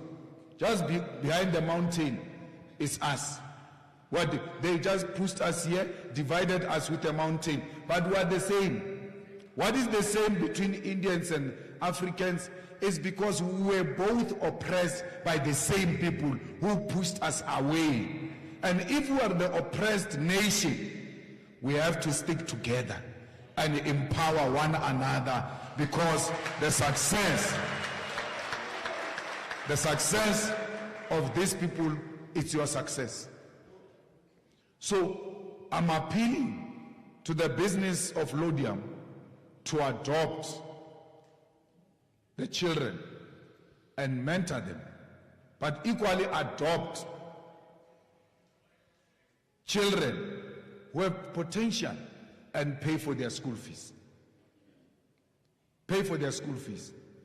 But equally, after I explained to you the extreme poverty of South Africa, what stops you to adopt a family in Itirelane and monthly give them food parcels worth 2,000 rand? As a family, you say, we've got a family in Atteridgeville that we send food. What is 2,000 rand to you? What is 3,000 rand to you? Monthly. You identify a family and say, this family, from today, they are my family. As long as you have not helped anyone who can't do anything for you, you must know you have not helped anyone. Well, if you say, no, I help, who do you help? I help my cousin, my relatives, uncles. That is not help. That is an obligation. Help is when you see poverty and you say, this family, I'm going to change their face. There will no longer be a face of poverty. We need to get involved, because if we don't get involved, these people are going to rise against us.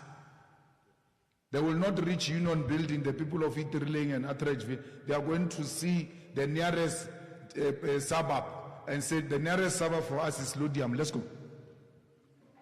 We don't want that. You know, a lot of families produce children who are not educated, and we think these kids are not smart.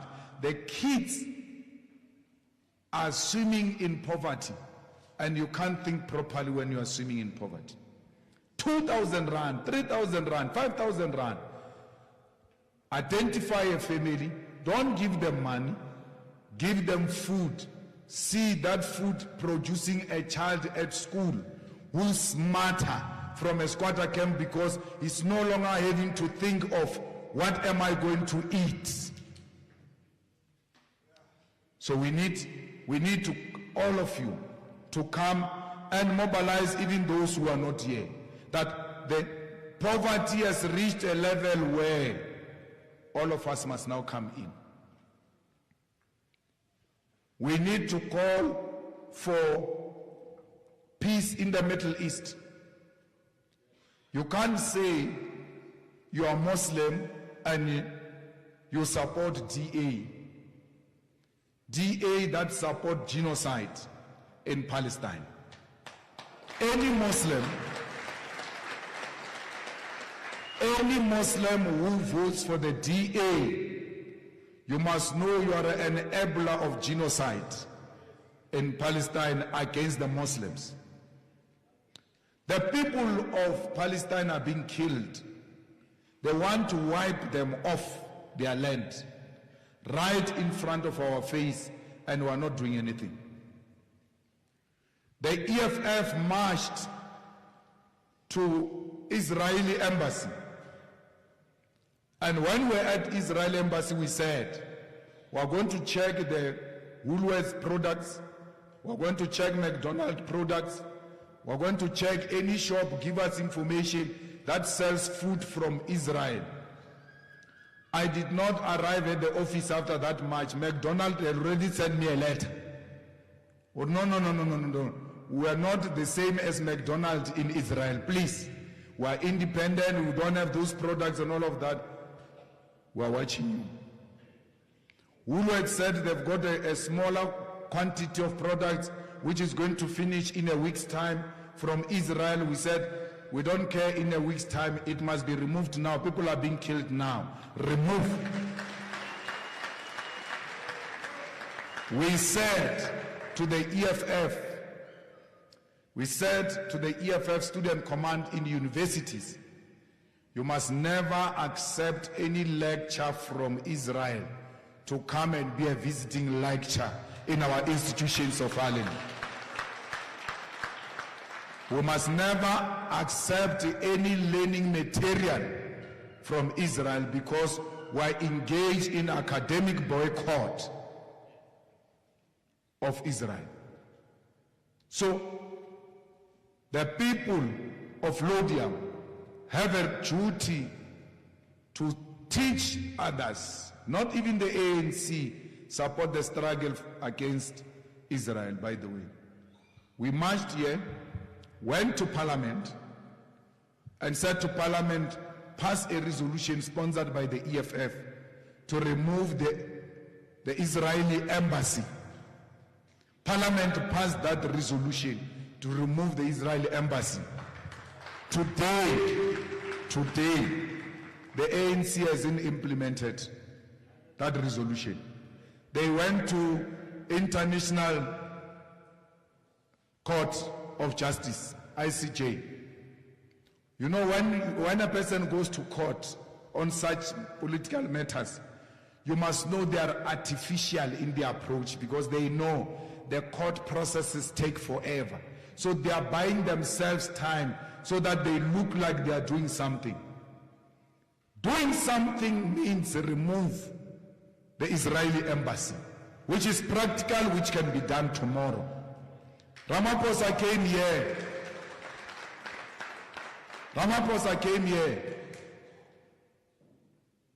during Eid 2 weeks ago.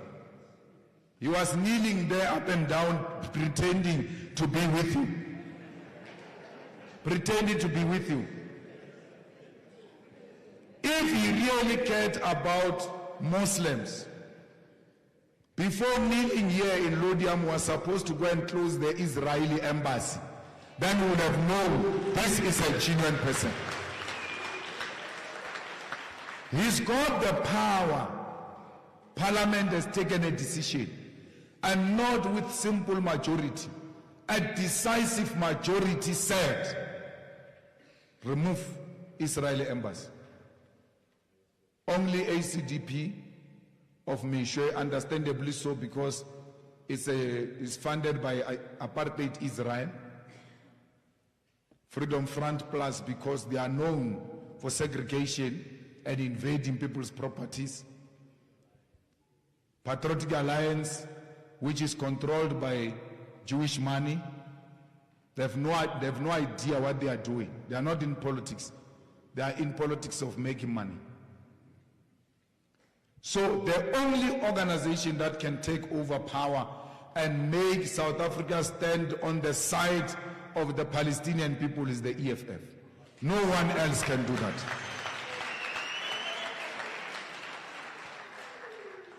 At least in support of the struggle of the people of Palestine, even if you want to sell out, There are 3 ballots there. One of those ballots you must dedicate it to Palestine and say, I'm so conflicted because my party is selling out on this, but the EFF, I shall give it at least 1 vote, and that vote is Palestine, because I don't agree with them on land, I don't agree with them on that, but on this one, they shall receive at least 1 vote from me.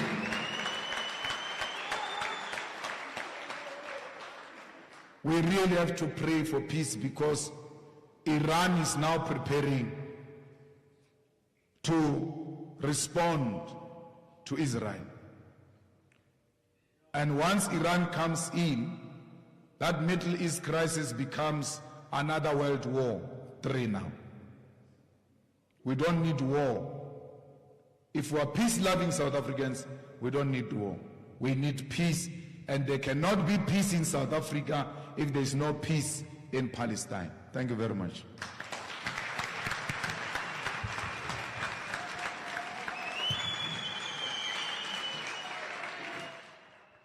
Amandla. Amandla. Amandla. We thank the President and the Commander-in-Chief. We'll request Mons to have the mic that will be moving around. It's now an opportunity to engage on questions that will be responded to or answered by the President and the Commander-in-Chief. With many meetings that are due today, we are only going to take 6 or 7 hands. We are going to start from here, we raise our hands, we are going to nominate you, and you will engage direct with the President and the Commander-in-Chief. That will be the first hand there, Mons. That is the first hand. The second hand here, number 2, you are number 2. Just after number 1, you stand up, the mic will come to you. No, after number 1, number 2, you stand up, the mic will come to you. My sister here, you are number 3. Where is number 4? Number 4 here, number 5 there, and then let's see number 6. Number 6 here. Let's also get females. It is important that we mix this thing. Okay, let's start. Let's number 7. Baba, you are the last person. Number 1, let's move. Let's go, number 1. Good afternoon, everybody. I am Ghulam Ibrahim, very active activist in Lodium, especially focusing on crime. I appreciate Julius Malema, the president of the EFF, bringing the crime issue head on. A thumbs up for that. We need to do more on crime. Crime is totally out of hand. I'm sure everybody will agree. I have a maid that stays in Iterleng, and she was robbed by a Nyaupe guy for a cell phone. And we made sure we will get that cell phone in Iterleng by the Nyaupe guy. But they stand together, the Nyaupes. They are everywhere in Lodium. How do we get rid of these guys? Because crime is gone so high in Lodium, it's unreal. Professional, police are doing nothing. They catch, and tomorrow they are out again. That's one issue. That is one issue. The second issue is of Palestine.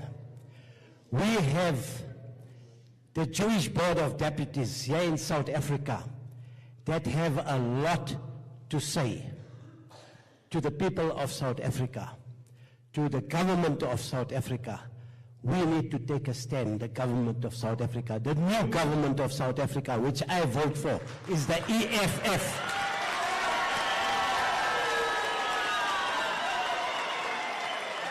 I'm voting for the EFF to take over this government. Maybe we can get some change in what the president has said. If he is true in what he has said, we are going forward as one nation to change this country, to make it better for the people. Look at the poverty. Look at the poverty in the townships. Our own people. It's a disgrace. We're not doing anything about it. Right in front of us. Yeah, our Indians, they support Lang. We give food hampers, blankets. Good work to the Muslim community of Lodium and surrounding areas. I applaud you for it. But more needs to be done by police, government, military, especially the unlicensed firearms that are running around everywhere. You can't have a roadblock on the one side and then on the other side the criminals are running away. Come on, have a roadblock on both sides and combat crime and bring the crime down. Also the drug dealers, the syndicates, the gangsters. Look at the Cape Flats. What about the Cape Flats? Look at how they're killing the people there. Let's do something, man. Thank you very much. Number 2, let's go to number 2. Number 2, it's here.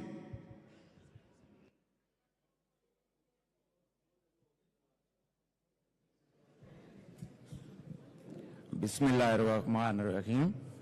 My name is Tasawwar Hussain Chaudhary. I welcome Mr. Malema in Lodium, and we are happy to meet you. And unconditionally, we support you. With the election, we would like to have a communication with our community. And if you want to have an office, we are available to run your office for EFF and support you fully.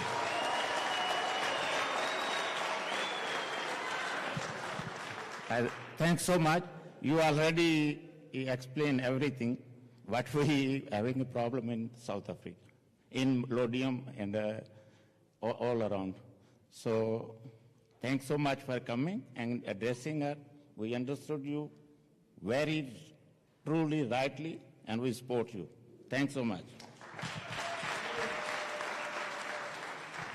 Let's go to number 3 at the back, behind the fighter, next to the protection service. Yeah. At the back.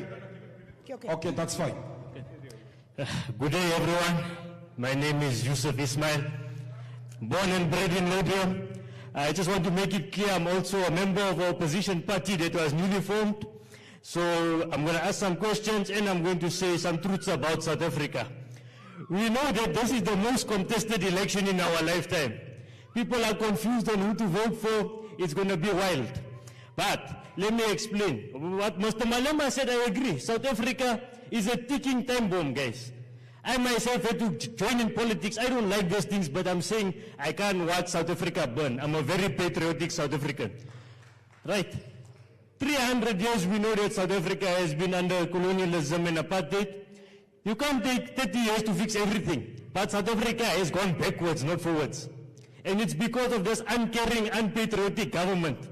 Let me tell you, we sit on 2.3 trillion rand in taxes per annum. But this government chooses to loot. That is why there's high inequality. And that is why people are suffering. Now, we're the ticking time bomb, and the ticking time bomb is this elections. So people need to be really careful on who they vote for. We must vote progressively in these elections.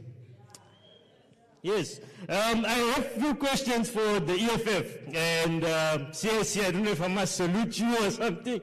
And then there's Honorable Ndozi from Parliament. I watch politics, guys. I've been following politics all my life. I've been an auditor for 11 years, so I watch all of them, don't worry. I can even see Ramabodi from Tswane. Okay, the first one I have is illegal immigration, right? I want to know what's the plans for illegal immigration. I know the EFF subscribes to Pan-Africanism and they want Africa to be united. But let us not be mistaken that there are mafias in this country who are selling drugs to our children, destroying our economy on purpose. There are even, you mentioned kidnapping. I can tell you right now, there's kidnapping syndicates from other countries who are watching us and laughing at us. Please, we have to deal with them decisively. They must come in legally and they must contribute to the economy of South Africa. I want to understand what's EFF's plan on that matter, because honestly, some people are really taking advantage of South Africa. I know it's bad, there's syndicates, and a lot of guns are coming in from over the border, so we have to secure our borders. Otherwise, we might be feeling, yes, we can allow people to come in, but do they have the same nature and caringness towards South Africans? We have to ask ourselves those questions. The other thing I wanted to ask is, I know Mr. Malema also said that Floyd Shivambu must be finance minister, and that will be like if the ANC and EFF correlate, right? My view is ANC can be trusted in this country. You all agree? Let me explain why. This was my last talk for ANC. In 2020, when our people were dying in hospital, people couldn't even afford food. You know what our comrades in ANC done? They stole billions of rands. And we want to trust the government like that. No. So please, Mr. Malema, do not correlate with ANC. They must sit in a naughty corner for 5 years and think what they've done to this country. Stop them!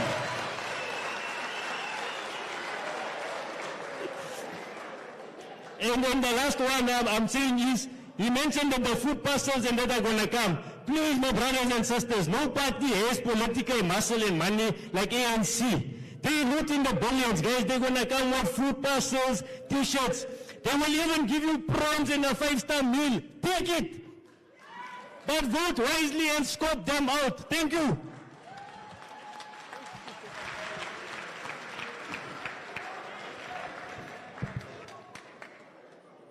Ladies and gentlemen, my name is Yusuf Abramji. I'm an anti-crime activist, and I want to ask a few questions about crime and policing, Commander-in-Chief. Let me make it very clear, I'm not a member of any political party, for the record.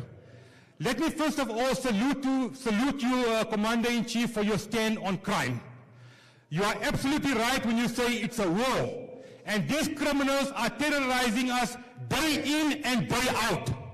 We were here in this very hall a few weeks ago with a ministerial imbizo from the police. They promised action.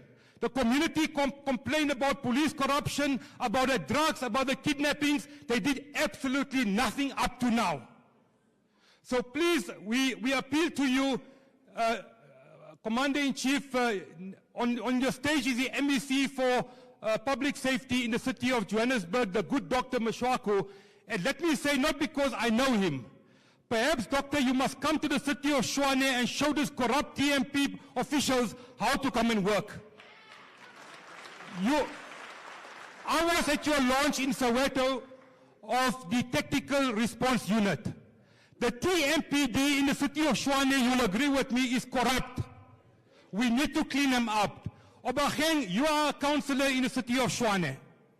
You know that in this area, our service delivery is at its worst. We have potholes, forget load shedding, we have power outages almost every day. Where's Amo? Amo, I want you to say something. She's the chair lady of the Residents Association. And she will tell you, these councillors who are here in our areas west of the city, this is an ANC ward, they do very little to help us. And the plight of the residents is a problem. We keep on complaining about service delivery and very little and nothing gets done. For how long are we going to complain? We know that you're not in power in the city of Tshwane. You've got a coalition in Johannesburg, in Ekurhuleni. But Commander-in-Chief, please, we need to use the powers that you have to put pressure on the authorities to better the life of our communities. We've complained, and I'm speaking as a resident of this area, we've complained about Itari Lang for years. They keep on neglecting Itari Lang. They do absolutely nothing. The mayor of Tshwane hasn't been to our area since he came into power. Why is he scared?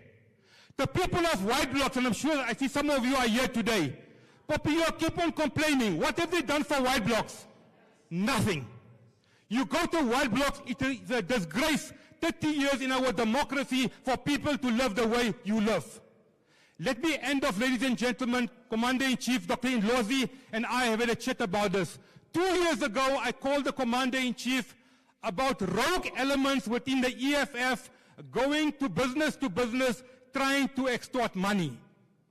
And I repeat, rogue elements. The Commander-in-Chief immediately took action and he suspended those members. The last few weeks, we've seen rogue criminal elements using EFF T-shirts going to construction sites in Centurion and Pretoria West. They're demanding money, and I'm appealing to you, Dr. Indlozi and Commander-in-Chief, to please take action against these criminals who are using your party's name. Thank you. Thank you very much. Let's go to the fifth person. It's here.